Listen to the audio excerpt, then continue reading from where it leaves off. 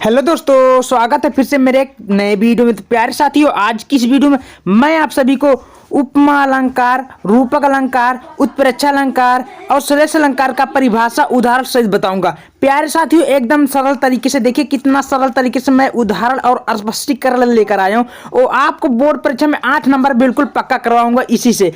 ठीक है, तो सबसे पहले स्टूडेंट ये आपका चालू होता है उपमा अलंकार। देखिए, बोर्ड परीक्षा में बहुत ही सरल शब्दों में आपको लिखना होगा, ज्यादा कुछ करने की जरूरत नहीं है, एकदम चुटकियों में करके दिखा दोगे और 8 नंबर आपको बोर्ड परीक्षा में पक्का मिल जाएगा। ठीक ना दोस्तों, क्या है उपमा अलंकार? देखिए, एकदम सरल माध्यम से बताऊंगा, बस आप लोग वीडियो को पूरा देखिएगा और वीडियो पसंद आती है तो वीडियो को एक लाइक करना, चैनल को सब्सक्राइब कर लीजिएगा। ठीक ना। देखिए, अब प्यारे बच्चों, सबसे पहले आपको उपमा अलंकार का हेडिंग डालना। क्या डालना? उपमा अलंकार। अब उसके बाद में इसका सबसे पहले क्या लिखना? आपको परिभाषा लिखना है। और परिभाषा क्या होता है, सबसे पहले स्टूडेंट लिखते हैं। देखिए, लिखने का तरीका पता होना चाहिए। क्या है? सबसे पहले लिखना आपको उपमा अलंकार का शब्द क्या होता है, अर्थ क्या होता है? तो होता है तुलना करना, किसी के बारे में तुलना करना। बस अपने भाषा में थोड़ा थोड़ा ध्यान से देखिएगा, सब कुछ मिल जाएगा। तो इसका परिभाषा स्टूडेंट लिखना है कि जब किन्हीं दो वस्तुओं के गुण, आकृति, स्वभाव आदि में समानता दिखाई जाए या दो भिन्न वस्तुओं की तुलना की जाए, तब वहां उपमा अलंकार होता है। देखिए प्यारे साथियों, बहुत ही बेहतर तरीके से बताया गया है, यानी कि जब कहीं दो वस्तुओं के साथ उसके गुण, आकृति, वेशभूषा आदि की समानता की जाती है, तुलना की जाती है, तो वही उपमा अलंकार होता है। अपने भाषा में लिखना स्टूडेंट, देखिए कितना बेहतर तरीके से। अब प्यारे साथियों, आपको क्या लिखना होगा? खूब सरल तरीके से आपको इसका लिखना होगा उदाहरण है। उदाहरण में आपको स्टूडेंट किस प्रकार लिखना है मैं बताता हूं। देखिए, लिखना है होगा आपको स्टूडेंट उदाहरण में। देखिए, उदाहरण है तो लिखो ऐसे, इस प्रकार आपको उदाहरण डालना। हेडिंग लिखो, हरिपद कोमल कमल से। ठीक ना। क्या लिखना है? हरिपद कमल कोमल से। बस देखिए, यानी कि इसका कहने का मतलब इस प्रकार है कि हरिपद कमल कोमल से। देखिए, कोमल एक फूल है और कोमल इस प्रकार एक तुलना की जा रही है ना। उसको नहीं समझ में आता तो लिखना राधा के चरण गुलाब के समान कोमल है। इसको भी उदाहरण में बनाकर लिख सकते हैं, दोनों सही है, कोई दिक्कत नहीं होगा। ठीक है ना स्टूडेंट, कोई दिक्कत? चलिए, अब अगर बोलता है स्पष्टीकरण, तो प्यारे साथियों स्पष्टीकरण कैसे लिखना? देखिए, बहुत ही सरल तरीके से लिखना है।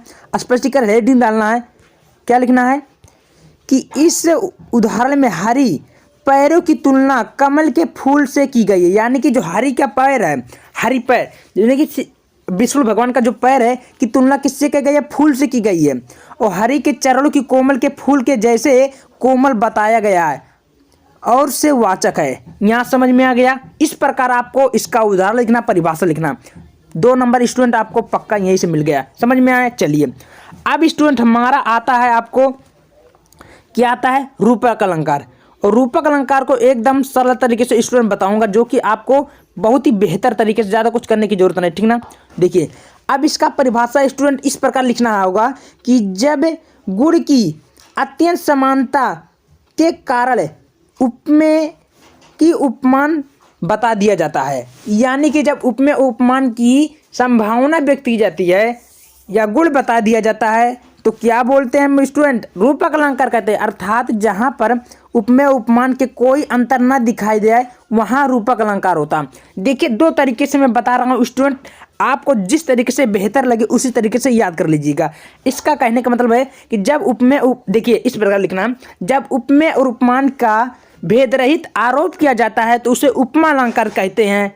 क्लियर हुआ? इस समय तरीके से अच्छा लगता है तो इस तरीके से याद करिए, कोई दिक्कत, कोई जल्दबाजी नहीं है स्टूडेंट। ठीक ना।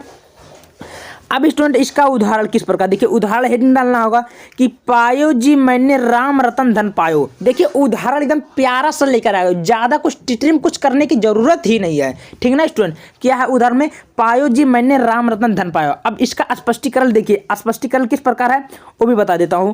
तो स्टूडेंट देखिए, स्पष्टीकरण आपको दिया ना, लिखना उदाहरण में कि राम रतन को ही धन बता दिया गया। राम रतन जो है, राम रतन वो धन बता दिया गया, और राम रतन जो है उपमेय पर धन है। क्या है? उपमेय पर धन है।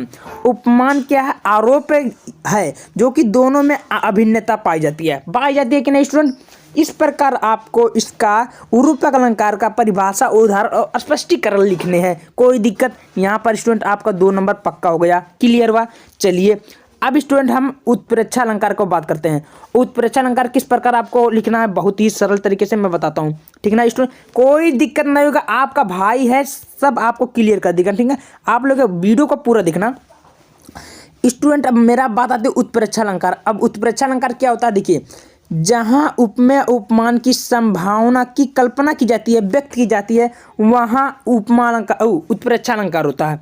देखिए इसका कितना प्यारा सा उदाहरण, यानी कि जहाँ उपमेय और उपमान की संभावना या कल्पना व्यक्त की जाती है, वहाँ उत्प्रेक्षा अलंकार होता है। यहाँ तक क्लियर बात? चलिए स्टूडेंट अब आगे लिखना हम, इस अलंकार में मनु, जनु, जनहु, जानो, मानो, मनो, निश्चय, इस जो आदि वाचक शब्दों को प्रयोग करते हैं या आते हैं, ठीक है। क्लियर हुआ?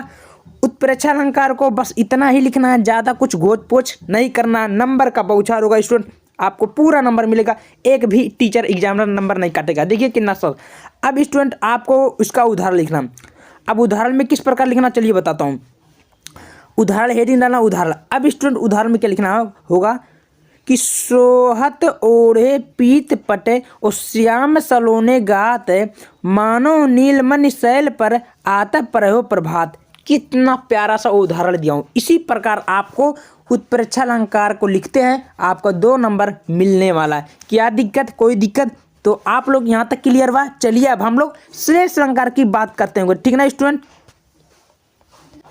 तो स्टूडेंट मेरा यहाँ पर आता श्लेष अलंकार, और श्लेष अलंकार का सबसे पहले हम क्या कर लिखेंगे, उदाहरण लिखेंगे, कोई दिक्कत नहीं होगा। तो उदाहरण में क्या है स्टूडेंट, देखिए लिखना है, जहां पर कोई एक शब्द, क्या लिखना है स्टूडेंट, जहां पर कोई एक शब्द प्रयोग, यानी कि जहां पर कोई एक शब्द एक ही बार प्रयोग कर में आए, यानी कि उसके अर्थ क्या हो, अलग अलग हो, वहाँ पर श्लेष अलंकार होता है। अपने भाषा में थोड़ा स्टूडेंट समझो कि जहाँ पर कोई शब्द एक ही बार आए लेकिन अर्थ उसका अलग अलग निकलता हो, अर्थ अलग अलग हो, वहाँ उसको हम क्या बोलते हैं, श्लेष अलंकार बोलते हैं। कोई दिक्कत स्टूडेंट नहीं होना चाहिए। अब स्टूडेंट आपको उदाहरण लिखना। उदाहरण किस प्रकार लिखना हो, देखिए उदाहरण मैं 2 तरीके से लेकर आ गया हूँ। अगर आपको जो अच्छा लगता है, जो पसंद आती है, उसको आप लोग लिख सकते होंगे, ठीक ना स्टूडेंट।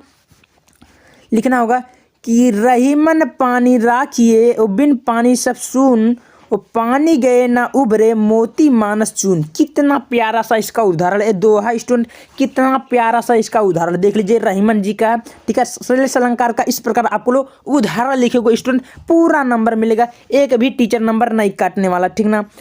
अब स्टूडेंट इसका आप लोग को स्पष्टीकरण कैसे करना है, देखिए लिखना है, यहाँ मोती के लिए पानी का अर्थ है चमक, और मनुष्य के लिए आत्मसम्मान, और चुन के लिए मुलायम होता है। देखिए कितना प्यारा प्यारा सा आपको उदाहरण दिया गया, कोई दिक्कत नहीं होता, आप लोग आराम से इसका परिभाषा याद कर सकते हैं। और चरण कलिका, देखिए दूसरा उदाहरण क्या है, चरत धरत चिंता करत, और चित्त चरहु और सुवर्ण की खोजत फिरे, कभी व्यभिचारी चोर। देखिए इसका मतलब ये निकलता है कि यहाँ सुवर्ण का जो अर्थ है, और कवि के लिए सुंदर रचना है, और व्यभिचारी के लिए सुंदर स्त्री, चोर के लिए क्या स्टूडेंट, स्वर्ण है। क्लियर बा? तो इस प्रकार आपको ऐसे श्लेष अलंकार का उदाहरण एवं परिभाषा लिखेंगे स्टूडेंट, आपको भी यहाँ पर 2 नंबर क्लियर हो गया। तो प्यारे साथियों, मैंने उपमा अलंकार, उत्प्रेक्षा अलंकार, रूपक अलंकार एवं श्लेष अलंकार का परिभाषा उदाहरण से बता दिया हूँ। जाकर ऐसे बोर्ड परीक्षा में लिखते हो तो आपको प्यारे भाइयों 8 नंबर कहीं जाने वाला एग्जामिनर आँख मूंद का आपको 8 नंबर देगा। और कैसा लगा वीडियो कमेंट करके बताओ, और जो कुछ चाहिए कमेंट करके बताओ, आपको सब कुछ मिलने वाला है। धन्यवाद।